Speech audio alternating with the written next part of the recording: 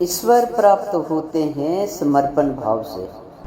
भगवान श्री कृष्ण गीता की ज्ञान गंगा द्वारा अर्जुन को माध्यम बनाकर मनुष्य मात्र को उपदेश देते हुए कहते हैं, हे अर्जुन, जो मनुष्य अपने चित्त को परमात्मा के ध्यान में लगाने का निरंतर अभ्यास करता है और अपने चित्त को भटकने नहीं देता, वह अवश्य ही उस दिव्य सर्वोच्च सत्ता को प्राप्त कर लेता है।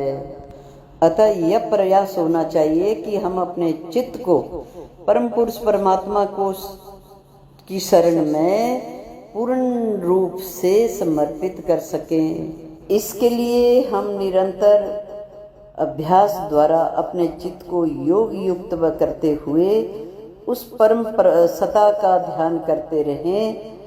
उससे हम इस प्रकार प्रार्थना करें कि हे प्रभु, संसार में एक तेरा भरोसा है और तेरा अतिशय अनन्य प्रेम मुझको मिलता है, जिसके मैं लायक नहीं हूँ। आप परम दयालु हो और परम कृपालु हो। हे प्रभु, मैं तुझे क्या अर्पित करूँ कि तू मेरा बन सके। मैं किन शब्दों से तुझे पुकारूं जो मेरी आवाज तुझ तक पहुंच सके। आदि शंकराचार्य ने अपनी प्रार्थना में कहा था, हे मेरे प्रभु, मैं 3 गलतियां हमेशा करता हूँ। पहली गलती कि मैं तेरे दर तक नहीं पहुँच पाता हूँ, जबकि तू सर्वव्यापक है। दूसरी गलती यह है कि मैं सर्वज्ञाता, जो सब कुछ जानता है, उसको अपनी इच्छाएं बताता हूँ। मेरा काम तो सिर्फ तेरे दर तक आने का है। मुख से निकले हुए शब्द तो छोटे पड़ जाते हैं, फिर भी यह गलती कर बैठता हूँ। तीसरी गलती यह है, मैं तुझे शब्दों में बांधने का निरर्थक प्रयास करता हूँ, जबकि तू शब्दों से परे है। हे मेरे भगवान, तेरे दर तक तो केवल भावनाएं पहुँचती है, इसलिए अपने हृदय की सुंदर भावनाओं से मैं तुझे पुकारूं, ताकि मेरा हृदय प्रेममय हो जाए।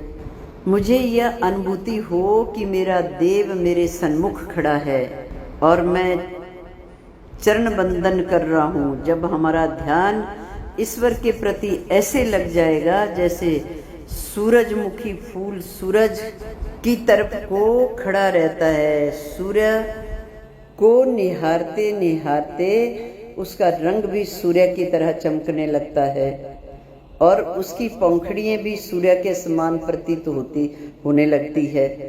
वही ईश्वर के प्रति सच्चा प्रेम होता है।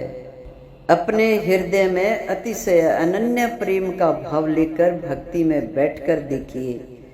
परमात्मा अपने स्वरूप को छिपाता नहीं है। सारे पर्दे तो हमने अपने ऊपर डाल रखे हैं।